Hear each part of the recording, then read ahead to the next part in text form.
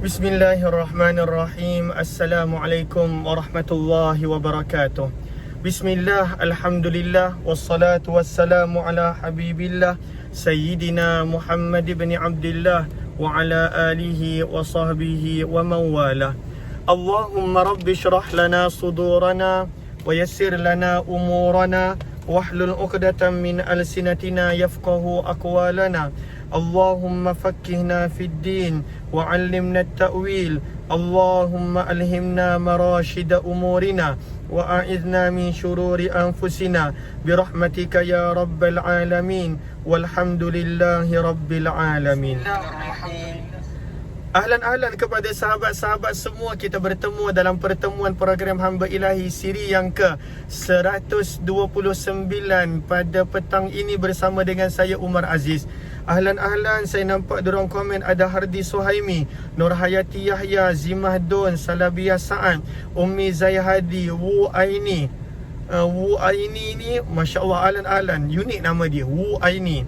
Nazifa Abdullah, Zainun Hadi, Muhammad Badrul Syam, Yaya Lia, Sania Mustafa, Ninda Anis, Siha Cika, Jamalia, Rohida, Galib Spirit, Aidarina, Muhammad Rashid, Hairina Nawawi, Nursia Ismail, Nurazia Mukhtar, Ana Sukaimi, Zaliha Kamaruddin, Hasia Nun, Salabiyah Sa'an, Aziza, Laila Omar, Rosna Sharif, Anita Maizan, Amida Rauda.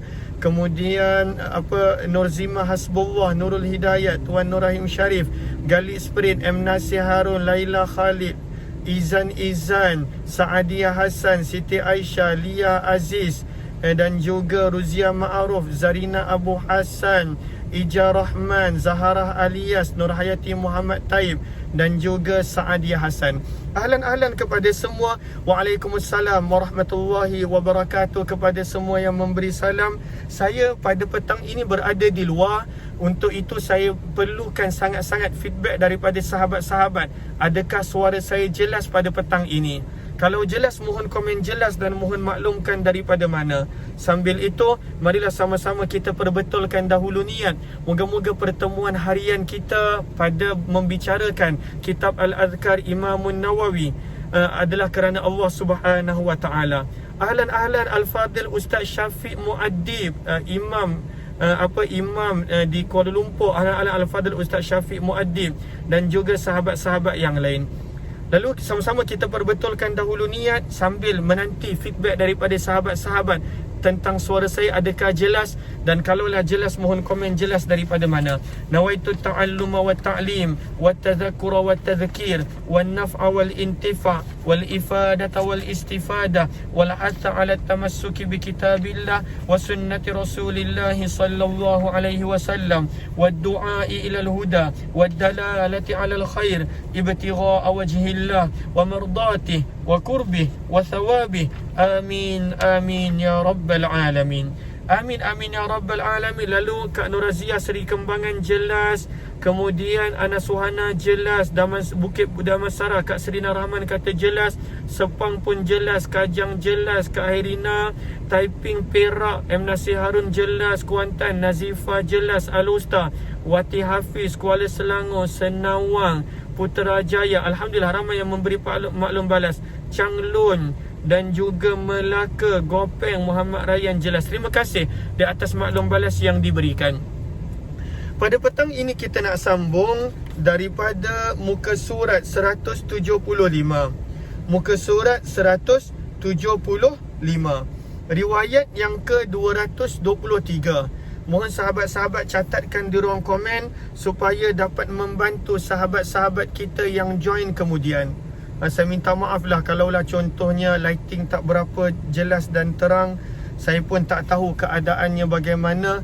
Adakah sengit? Saya tak pasti sengit ke tak. Rasa okey kot. Okey. Sebab bila dah lama tak buat dalam kereta ni, kalau tidak sebelum ni biasa buat dalam kereta. Lalu kita berada pada muka surat 175 pada riwayat yang ke-223. Terima kasih kepada yang share. Putus-putus. Roslina Cik Min kata putus-putus. Adakah daripada line saya? Mohon maklum balas daripada sahabat-sahabat. Okey, Kak Laila Omar kata okey. Moga Allah permudahkan untuk Kak Roslina. Moga Allah permudahkan. Terima kasih kepada sahabat-sahabat yang bantu share. Lalu muka surat 175, riwayat yang ke-223. Maka di sini kata Imam Nawawi rahimahullahu taala, apa kata Imam Nawawi rahimahullahu taala? Wa rawaina, dan kami telah riwayatkan fi sunani Abi Daud, dalam sunan Abi Daud. Daripada siapa? Daripada Abu Sa'id Al-Khudri radhiyallahu ta'ala anhu. Abu Sa'id ini namanya adalah Sa'ad bin Malik bin Sinan radhiyallahu ta'ala anhu. Namanya adalah Sa'ad. Kunyahnya adalah Abu Sa'id Al-Khudri, antara sahabat yang terkenal di dalam periwayatan. Banyak riwayat yang beliau riwayatkan. Maka daripada Abu Sa'id Al-Khudri radhiyallahu ta'ala anhu, maka beliau berkata, yang mana bahasa Arab ni nampak panjang, tetapi bukan keseluruhannya adalah doa. Saya baca dan saya terus terjemahkan. Dakhala Rasulullah sallallahu alaihi wasallam dzata yaum al-masjid. Kata Abu Sa'id Al-Khudri, suatu hari baginda Nabi sallallahu alaihi wasallam masuk ke dalam masjid. Fa idza huwa bi rajulin min al-ansar yuqalu lahu Abu Umamah. Maka Nabi SAW telah bertemu dengan seorang lelaki bernama Abu Umamah Al-Bahili radhiyallahu ta'ala anhu, yang mana beliau ini adalah daripada kalangan Ansar. Nabi SAW bertemu dengan Abu Umamah Al-Bahili, yang mana Abu Umamah Al-Bahili adalah daripada kalangan Ansar. Maka Nabi bertanya kepadanya, faqala lahu ya Aba Umamah. Nabi bertanya kepada Abu Umamah, wahai Abu Umamah, mali uraka jalisan fil masjid fi ghairi waqti salah. Nabi SAW bertanya kepada Abu Umamah, wahai Abu Umamah, mengapa kamu duduk-duduk di masjid yang bukan pada waktu salat? Kenapa kamu berada di sini bukan pada waktu salat? Apakah yang sedang berlaku, wahai Abu Umamah? Maka berkata Abu Umamah Al-Bahili, humumun lazimatni wa duyunun ya Rasulullah. Ada dua benda yang beliau jawab. Maka dia menjawab, ada keresahan menggangguku wahai Rasulullah, dan ada hutang yang membebaniku. Lalu pada waktu itu dia berada dalam keadaan resah, dalam keadaan humum, tak tenteram. Kenapa? Disebabkan hutang-hutang yang pada waktu itu menimpa kepadanya. Maka pada waktu itu Nabi SAW bertanya balik kepada dia. Lalu di sini kita berhenti sebentar. Pengajaran yang kita boleh dapat daripada kata-kata Abu Umamah ketika mana Nabi bertanya kepadanya kenapa dia berada di masjid. Dia kata adalah kerisauan dan kegelisahan, dan dia datang ke masjid. Maka daripada sini pengajaran untuk kita, ketika mana kita berada dalam kegelisahan, kerisauan, maka hendaklah kita melazimi masjid. Cumanya kita berada pada waktu dan saat, kita berada pada masa dan ketika yang mana kebanyakan tempat tak dibenarkan pada waktu itu untuk ke masjid atas faktor-faktor yang telah digariskan, ditetapkan oleh pihak kerajaan untuk disebabkan COVID dan sebagainya. Tetapi bila Allah angkat wabak ini, bila Allah hilangkan wabak ini, kalaulah dalam kehidupan kita ada masalah, kita ada kerisauan ataupun keluarga kita belajar daripada Abu Umamah, tempat untuk berada adalah rumah Allah. Kerana itulah tempat turunnya rahmat, itulah tempat turunnya pada waktu itu akan kasih sayang, itulah tempat sebenarnya, tempat ketenangan. Maka Nabi SAW bila dimaklumkan oleh Abu Umamah begitu, maka Nabi SAW bertanya balik kepada Abu Umamah. Qala, sabda Nabi, afala u'allimuka kalaman idza qultahu azhaballahu hammak wa qada anka daina. Sabda Nabi SAW kepada Abu Umamah, mahukah aku ajarkan kepada kamu satu doa yang apabila engkau baca, pasti Allah akan melenyapkan keresahanmu, dan bila kamu baca, pasti Allah akan melunaskan hutang-hutangmu. Daripada cara Nabi mendidik, daripada cara Nabi mengajar, penting dan perlu untuk kita tanya dulu, adakah kau nak aku ajar doa ni macam tu? adakah kau mahu aku kongsikan amalan ini?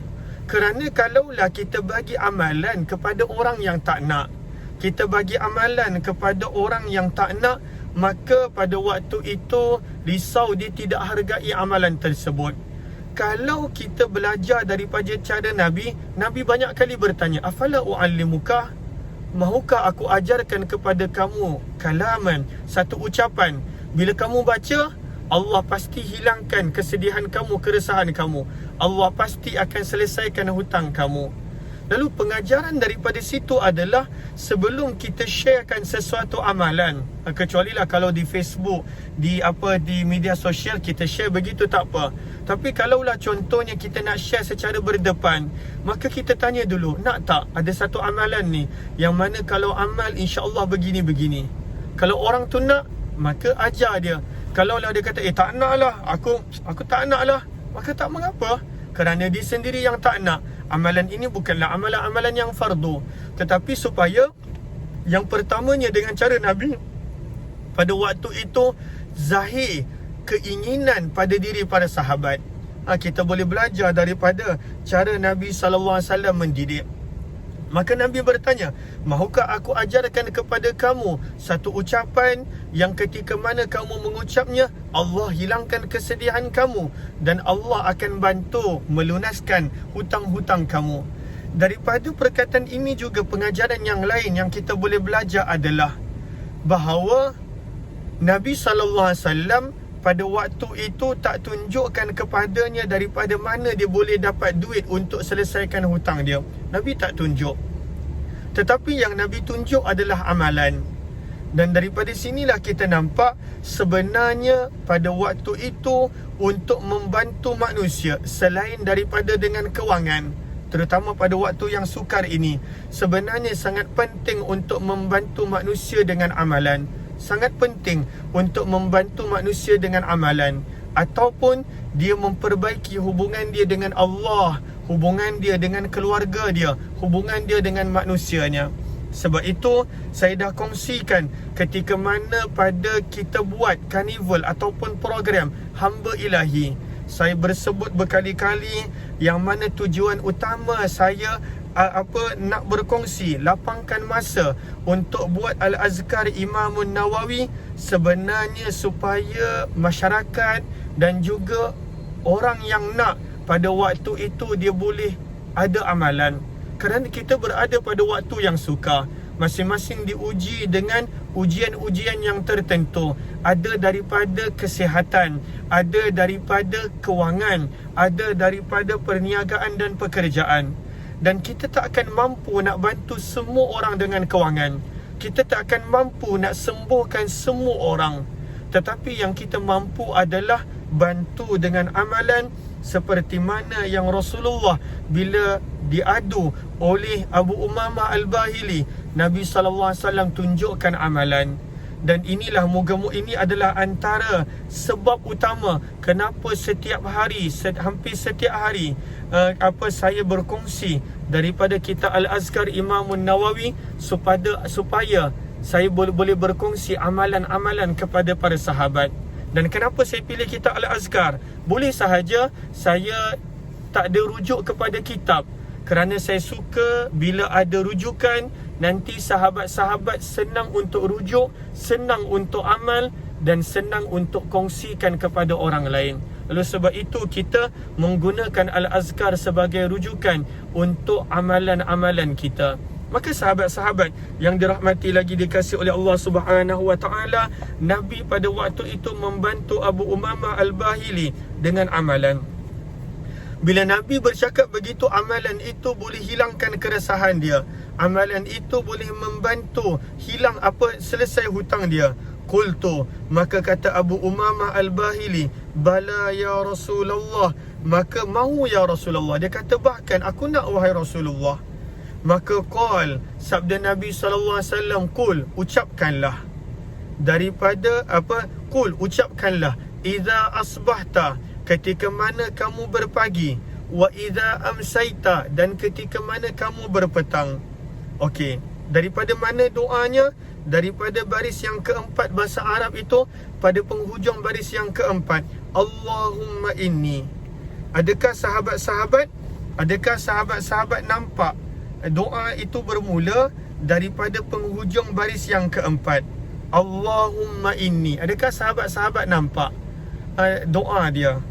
Kalau nampak, komen nampak. Allahumma inni. Tak ada siapa yang komen. Penghujung baris yang keempat.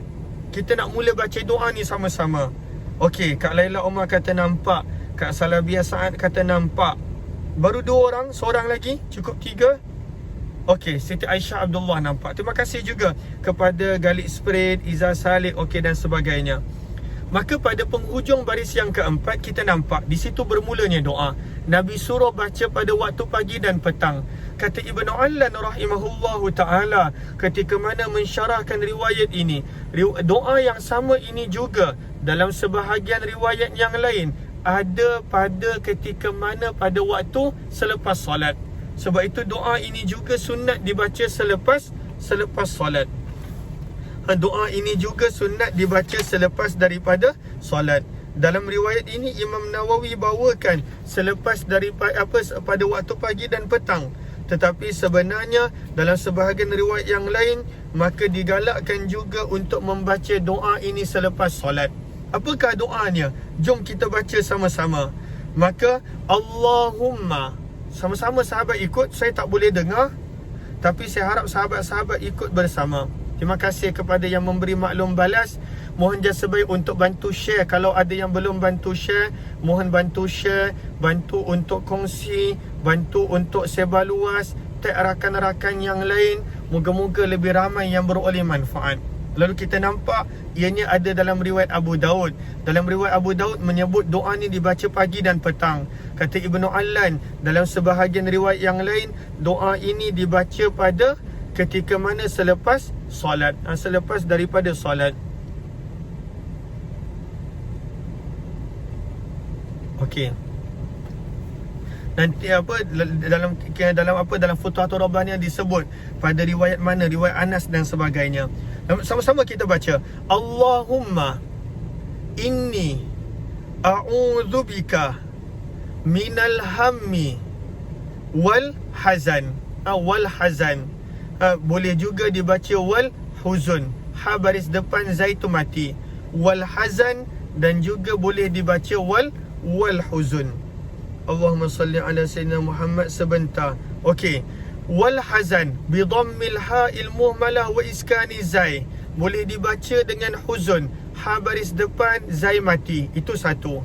Boleh juga wa bi fathihima. Boleh juga dibaca ha baris atas, zai pun baris atas. Boleh dibaca hazan. Lalu dua-dua boleh. Ada setengah kata tak boleh macam tu, boleh macam ni. Kata Ibnu Allan dalam kitab Futuhatul Rabbaniyah, dua-dua boleh. Hazan boleh, huzun pun boleh. Okey. Lalu doanya lagi sekali kita baca. Sebab perkataan tu penting. Orang yang baca huzun dia kata orang yang baca hazan salah. Orang yang baca hazan dia kata orang yang baca huzun salah. Hakikatnya dua-dua boleh.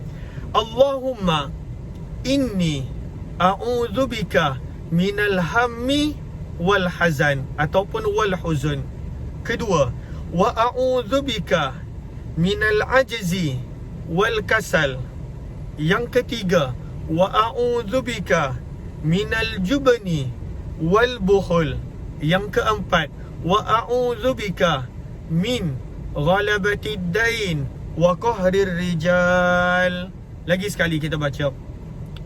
Allahumma inni a'udzubika minal hammi wal hazan wa a'udzubika minal ajzi wal kasal wa a'udzubika minal jubni wal bukhul wa a'udzubika min ghalabatid dain wa qahrir rijal.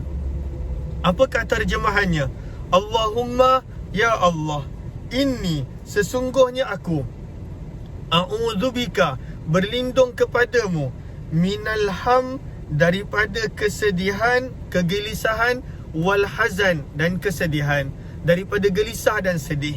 Yang seterusnya, wa a'udzubika, dan aku berlindung kepadamu ya Allah, minal ajzi wal kasal, daripada sifat lemah dan juga sifat malas. Lemah dan malas.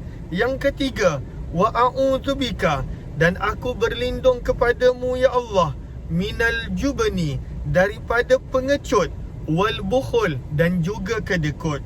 Yang keempat, wa a'udzubika, aku berlindung kepadamu ya Allah, min ghalabatid dain, daripada ditindas dengan hutang, diselubungi dengan hutang. Ghalabah maksudnya diselubungi dengan hutang. Wa qahrir rijal, dan daripada ditindas oleh manusia. Ya Allah, aku mohon perlindungan daripada diselubungi dengan hutang, wa qahrir rijal, dan daripada ditindas oleh manusia. Apa kata Abu Umamah yang Nabi ajar dia ini? Nabi SAW pada waktu itu menyebut, apa Abu Sa'id menyebut, qala, Abu Umamah perawi berkata, fa fa'altu fa adhaballahu ta'ala hammi wa qada anni daini. Maka kata Abu Umamah, aku pun buat apa yang Nabi suruh. Nabi suruh pasti benar, maka dia pun buat. Kata Abu Umamah, dan Allah melenyapkan keresahanku, Allah hilangkan keresahan, dan Allah pada waktu itu menyelesaikan hutangku. Lalu kalaulah sahabat-sahabat pada waktu ini diselubungi dengan hutang, ataupun ada kegelisahan pada perasaan, maka amalkanlah doa ini. Dalam riwayat yang lain disuruh untuk amalkan juga selepas daripada fardu solat. Dan ianya adalah mudah. Allahumma inni a'udzubika minal hammi wal hazan, daripada gelisah dan sedih. Kerana bila kita gelisah dan sedih, boleh membawa kepada kemurungan, dan kemurungan boleh membawa kepada manusia itu membuat pertimbangan yang salah. Murung adalah real. Banyak orang yang menghadapi kemurungan akibat daripada mungkin hilang pekerjaan, akibat daripada mungkin tekanan daripada kekeluargaan, macam-macam sebab. Tetapi amalkanlah doa ini, maka Allah Subhanahu Wa Taala akan hilangkan kesedihan dan juga kegelisahan. Kemudian kita minta pada bahagian yang kedua, daripada sifat lemah dan malas. Kerana kalaulah kita lihat, walaupun kita berada di rumah, dan memang kita dituntut berada di rumah, tapi dalam keadaan kita berada di rumah, bukanlah kita disuruh untuk tidur dan tidur dan tidur. Malas dan lemah pada waktu itu membawa kepada penyakit. Sebab itu pepatah Arab menyebut fil harakah barakah. Bila kita banyak melakukan pergerakan pada tubuh badan, banyak keberkatan. Tapi bila tubuh badan kita ini asyik pada waktu itu tak buat apa-apa, jadi malas, itu semua akan mengundang kepada penyakit. Sebab itu kita minta perlindungan daripada sifat lemah, perlindungan daripada sifat malas, yang merupakan sifat yang tak elok, sifat yang tak patut berada pada orang-orang yang beriman. Kemudian yang ketiga tadi, kita minta daripada perlindungan daripada sifat pengecut dan kedekut. Lalu ini pun adalah dua sifat yang tercela. Pengecut, takut, orang yang mana pada waktu itu dalam hatinya tidak dibawakan ketakutan Allah, dia akan ada sifat pengecut kerana pada waktu itu dia akan takut kepada selain daripada Allah. Orang yang mana dibawakan dalam hatinya takut pada Allah, maka pada waktu itu dia tidak akan takut kepada selain daripada Allah. Maka ini pun satu sifat yang sebenarnya makin banyak. Kadang-kala anak-anak kita, remaja kita dah mula takut. Takut kepada kepada hantu, takut kepada itu, takut kepada ini. Maka sebenarnya kena didik diri kita untuk takut kepada Allah Subhanahu Wa Ta'ala. Kena takut kepada Allah. Saya pun kadang-kala Aisyah yang kecil tu, 3 tahun lebih, kadang-kala bila saya cakap dia macam ni takut. Dia kan tak cakap ni takut. Takut apa? Takut hantu kecil. Tak mana dia tengok kartun dekat YouTube kat mana, kadang-kala saya pun terlepas pandang, kecil-kecil dah tahu pasal hantu. Dah tahu pasal hantu. Sebab itu antara yang saya tak suka untuk tengok adalah pada waktu itu cerita-cerita seram, cerita-cerita hantu dan sebagainya. Sebab kadang-kala akan menjadikan kita terikut-ikut, terbawa-bawa cerita itu di dalam kepercayaan kita. Lalu itu Aisyah kecil-kecil dah tahu dah pasal hantu. Tapi kakak dia bagus. Kakak dia Aliyah tu, sebab dia yang banyak uruskan live saya. Jadi dia uruskan live, dia akan bersama waktu live saya. Kalaulah contohnya saya perlu air, ataupun kalaulah contoh ada masalah, Aliyah yang banyak uruskan. Tapi Aliyah akan tegur balik. Sebab dia banyak join kelas. Jangan takut pada hantu Aisyah, takut pada Allah. Lalu kadang-kala kakak dia tegur dia. Lalu kadang-kala budak kecil pun dah tahu. Lalu kita minta daripada sifat pengecut, sifat takut. Jangan takut kepada selain daripada Allah, kerana hati kita patut dipenuhi takut dengan Allah. Sebaliknya, kalaulah kita tidak isi hati kita takut kepada Allah, maka pada waktu itu kita akan takut kepada selain daripada Allah.